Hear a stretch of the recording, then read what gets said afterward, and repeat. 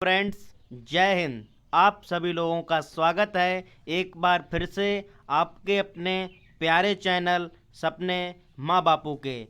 आज हम लोग बच्चों देखते हैं संविधान के बहुत ही महत्वपूर्ण प्रश्न और उत्तर जो कि सभी प्रतियोगी परीक्षाओं में पूछे जाते हैं। तो हम लोग शुरुआत करते हैं बच्चों पहले प्रश्न से। पहला प्रश्न है कि संविधान सभा की प्रथम बैठक कब हुई थी। पूछ रहा है कि संविधान सभा की प्रथम बैठक कब हुई थी। तो इसका सही जवाब हो जाएगा बच्चों 9 दिसंबर 1946। 9 दिसंबर 1946 को संविधान सभा की प्रथम बैठक हुई थी। अब बच्चों हम लोग चलते हैं अगले प्रश्न पे। अगला प्रश्न है कि संविधान सभा के अस्थायी अध्यक्ष के रूप में किसे नियुक्त किया गया था। पूछ रहा है कि संविधान सभा के टेम्पररी चेयरमैन के रूप में किसे नियुक्त किया गया था। तो बच्चों इसका सही जवाब हो जाएगा ऑप्शन बी, डॉक्टर सच्चिदानंद सिन्हा। डॉक्टर सच्चिदानंद सिन्हा। अब हम लोग चलते हैं बच्चों अगले प्रश्न पे। अगला प्रश्न है कि प्रारूप समिति, इसको हम लोग इंग्लिश में कहते हैं ड्राफ्टिंग कमेटी। ड्राफ्टिंग कमेटी के अध्यक्ष कौन थे। तो इसका सही जवाब हो जाएगा doctor Bhimrao Ambedkar ji drafting committee के अध्यक्ष थे। अब हम लोग चलते हैं बच्चों अगले प्रश्न पे। अगला प्रश्न है कि संविधान सभा के स्थायी अध्यक्ष किसे बनाया गया था। पूछ रहा है कि परमानेंट चेयरमैन कौन बनाता है संविधान सभा का। तो इनका सही जो बने थे इनका नाम है डॉक्टर राजेंद्र प्रसाद। डॉक्टर राजेंद्र प्रसाद जी, जो कि भारत के प्रथम प्रेसिडेंट भी थे, डॉक्टर राजेंद्र प्रसाद। अब हम लोग चलते हैं बच्चों अगले प्रश्न पे। प्रश्न नंबर 5। प्रश्न नंबर 5 कह रहा है कि संविधान सभा के अंतिम रूप से संविधान को कब पारित कर दिया गया। पूछ रहा है कि संविधान को अंतिम रूप से कब पारित किया गया था। यहाँ पर बच्चों लागू नहीं पूछ रहा है, ये पूछ रहा है कि संविधान को कब पारित किया गया था। तो इसका सही जवाब क्या हो जाएगा। इसका सही जवाब हो जाएगा 26 नवंबर 1949। क्या हो जाएगा 26 नवंबर 1949 को संविधान पारित हुआ था। तो बच्चों अब लोग चलते हैं अगले प्रश्न पे। अगला प्रश्न है, पूछ रहा है कि भारतीय संविधान किस दिन से पूर्णतः लागू हुआ था। अब यहाँ पे पूछ रहा है कि भारतीय जो संविधान है वो कब लागू हुआ था। तो बच्चों इसका सही जवाब क्या हो जाएगा। संविधान कब लागू हुआ था। संविधान लागू हुआ था बच्चों 26 जनवरी 1950 को। 26 जनवरी 1950 को। तो ऑप्शन कौन सा सही हो जाएगा। ऑप्शन नंबर डी, 26 जनवरी 1950 को संविधान लागू हुआ था। और हम सभी को पता है कि 26 नवंबर को क्या मनाते हैं। 26 नवंबर को मनाते हैं हम लोग संविधान दिवस। क्या मनाते हैं, संविधान दिवस। अब हम लोग चलते हैं बच्चों अगला प्रश्न देखते हैं। अगला प्रश्न है कि भारत गणतंत्र बना। पूछ रहा है कि भारत गणतंत्र कब बना। India become a Republic. पूछ रहा है कि भारत गणतंत्र कब बना। तो हम लोगों को पता होगा कि जो रिपब्लिक डे होता है अपना कब होता है कि भारतीय संविधान के किस भाग को उसकी आत्मा की संज्ञा दी गई है। भारतीय संविधान के किस भाग को उसकी आत्मा की संज्ञा दी गई है। तो संविधान की आत्मा किसे कहा जाता है। संविधान की आत्मा कहा जाता है प्रस्तावना को। किसको कहा जाता है बच्चों। प्रस्तावना जो है, जो भारतीय संविधान की आत्मा है। अब हम लोग बच्चों चलते हैं अगले प्रश्न पे। अगला प्रश्न है कि संविधान सभा ने राष्ट्रगान को कब स्वीकार किया। कह रहा है कि संविधान सभा ने राष्ट्रगान को कब स्वीकार किया था। तो इसका सही जवाब क्या हो जाएगा। इसका सही जवाब बच्चों हो जाएगा 26 जनवरी 1950। 24 जनवरी 1950 को राष्ट्रगान को स्वीकार किया था संविधान सभा ने, और 26 जनवरी 1950 को बच्चों अपना संविधान लागू हुआ था। 26 जनवरी 1950 को संविधान लागू हुआ था, और जो राष्ट्रगान स्वीकार किया गया था ये स्वीकार किया गया था 24 जनवरी 1950 को। अब हम लोग चलते हैं बच्चों अगले प्रश्न पे। अगला प्रश्न है अपना कि भारतीय नागरिकों को प्राप्त मूल अधिकारों की संख्या कितनी है। पूछ रहा है कि जो मूल अधिकार हैं हम लोगों के फंडामेंटल राइट्स, तो ये कितने हैं, नंबर्स ऑफ फंडामेंटल राइट्स, तो इनकी संख्या है 6। जो नागरिकों को प्राप्त मूल अधिकार हैं उनकी संख्या 6 है। कितनी है? 6 है। अब हम लोग चलते हैं बच्चों अगले प्रश्न पे। अगला प्रश्न है कि संपत्ति के अधिकार को, राइट ऑफ प्रॉपर्टी को किस संविधान संशोधन के द्वारा हटा दिया गया। पूछ रहा है कि जो संपत्ति का अधिकार था इसको किस संविधान संशोधन के द्वारा हटा दिया गया। तो बच्चों इसका सही जवाब हो जाएगा 44वां संविधान संशोधन।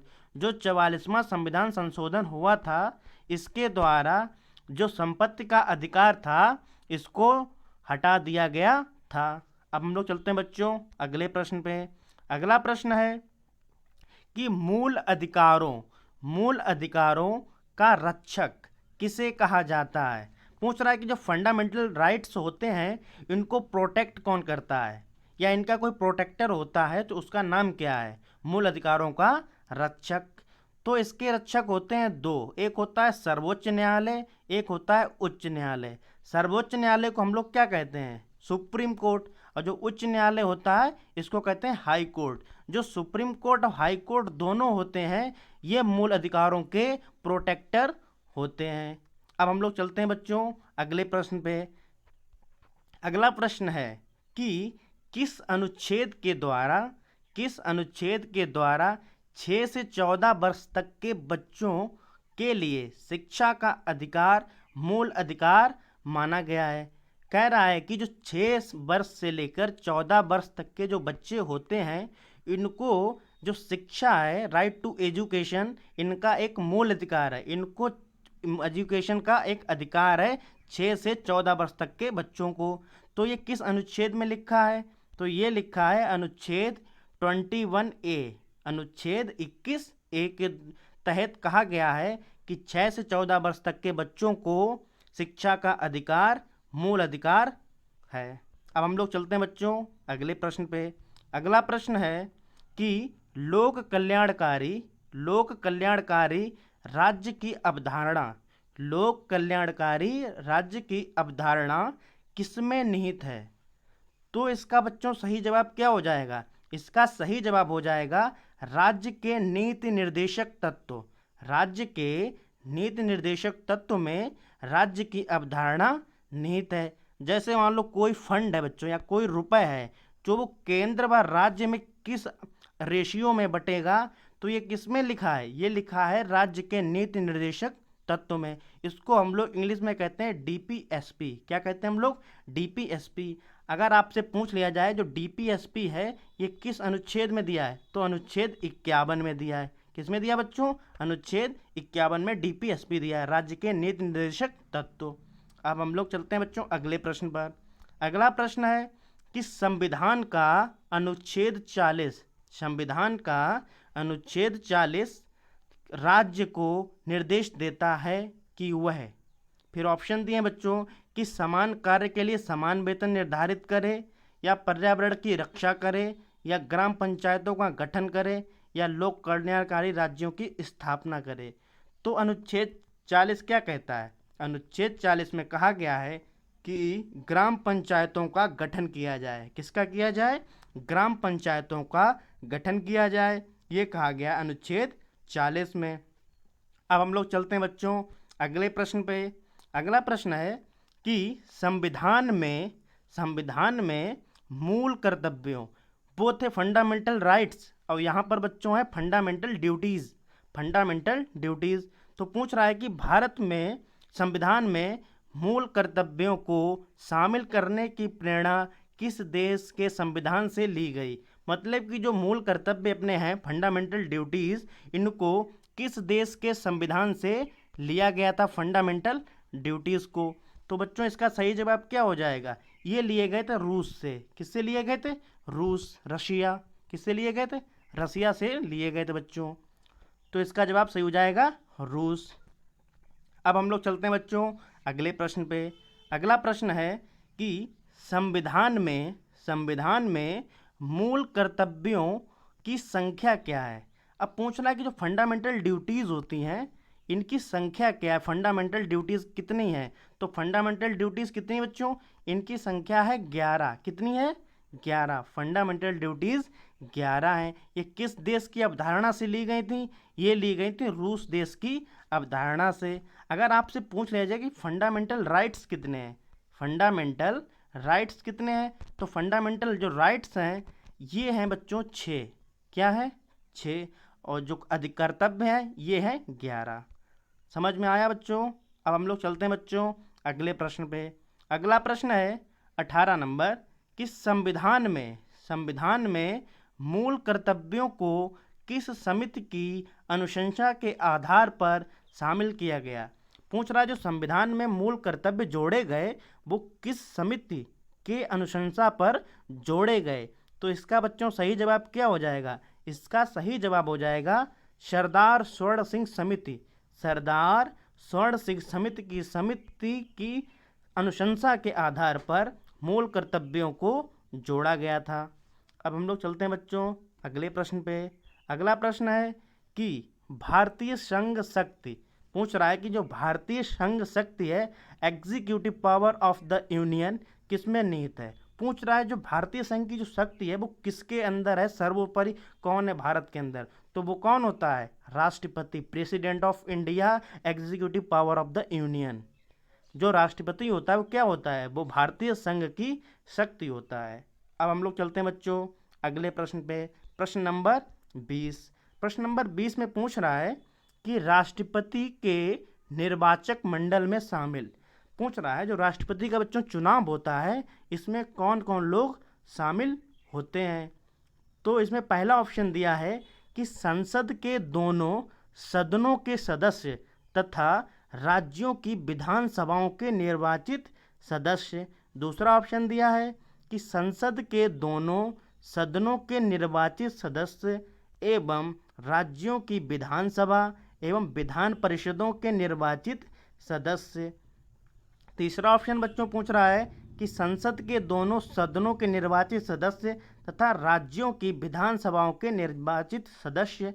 चौथा ऑप्शन दिया है संसद के दोनों निर्वाचित सदस्य।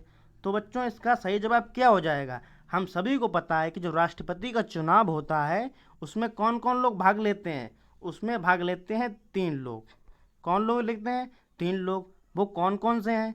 एक तो हो गए दोनों सदनों के जो सदस्य बच्चों हो गए, दोनों सदनों के जो सदस्य हो गए, लोकसभा के और राज्यसभा के।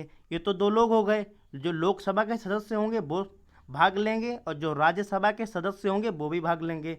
और भाग लेते हैं जो विधान परिषद होती है या विधानसभा में जो विधायक बैठते हैं इनको कहते हैं हम लोग एमएलए। विधायक भी भाग लेते हैं राष्ट्रपति के चुनाव में। कौन कौन? एक तो दोनों सदनों के सदस्य और विधायक जो विधानसभा में बैठते हैं राज्यों में। अब हम लोग चलते हैं बच्चों अगले प्रश्न पे।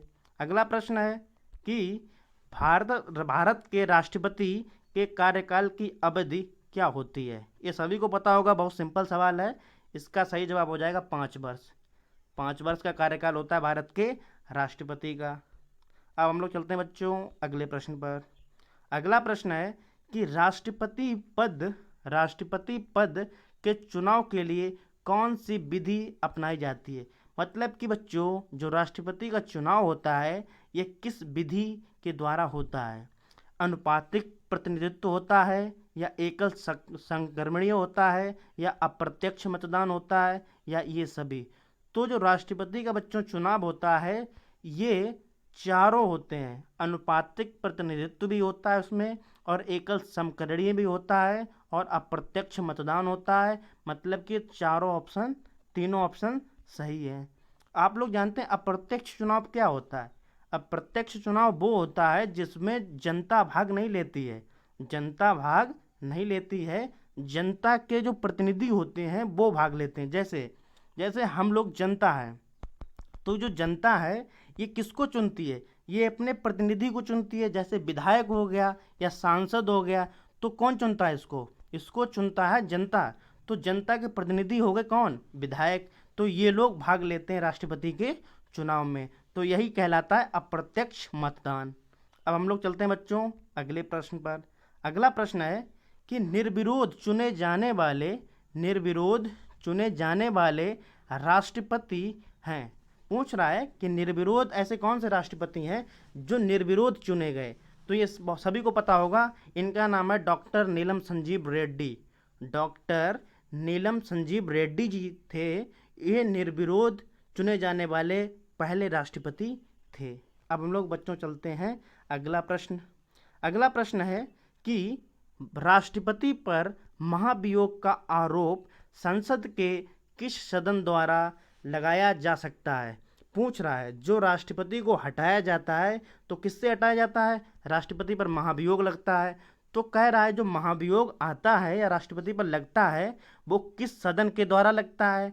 तो हम सभी को पता है कि राष्ट्रपति के ऊपर महाभियोग जो होगा वो लोकसभा चाहे राज्यसभा या सदस्य मतलब कि संसद के किसी भी सदन द्वारा राष्ट्रपति पर महाभियोग लगाया जा सकता है। तो बच्चों आपसे हम पूछ रहे हैं कि जो महाभियोग होता है इसको हम लोग कहते हैं इम्पीचमेंट। इम्पीचमेंट किस अनुच्छेद के तहत है? तो महाभियोग दिया गया है अनुच्छेद 61। अनुच्छेद 61 में दिया गया है राष्ट्रपति का महाभियोग, राष्ट्रपति को अपने पद से हटाना। अब हम लोग चलते हैं बच्चों अंतिम प्रश्न पर। अंतिम प्रश्न होगा अपना। प्रश्न है कि भारतीय सेनाओं का सर्वोच्च सेनापति कौन होता है? पूछ रहा है कि इंडियन आर्मी का सुप्रीम कमांडर कौन होता है? तो पहला ऑप्शन दिया है राष्ट्रपति, दूसरा दिया प्रधानमंत्री, तीसरा दिया थल सेना अध्यक्ष, चौथा दिया रक्षा मंत्री। तो इसका सही जवाब हो जाएगा राष्ट्रपति, president of India, supreme commandant of Indian army. मतलब कि जो राष्ट्रपति होता है वो भारतीय सेना का सर्वोच्च सेनापति होता है। वीडियो बच्चों अगर अच्छा लगे तो आप चैनल को सब्सक्राइब कर लें, वीडियो को लाइक करें, शेयर करें। जय हिंद, जय भारत। मिलते हैं अगली वीडियो में। धन्यवाद।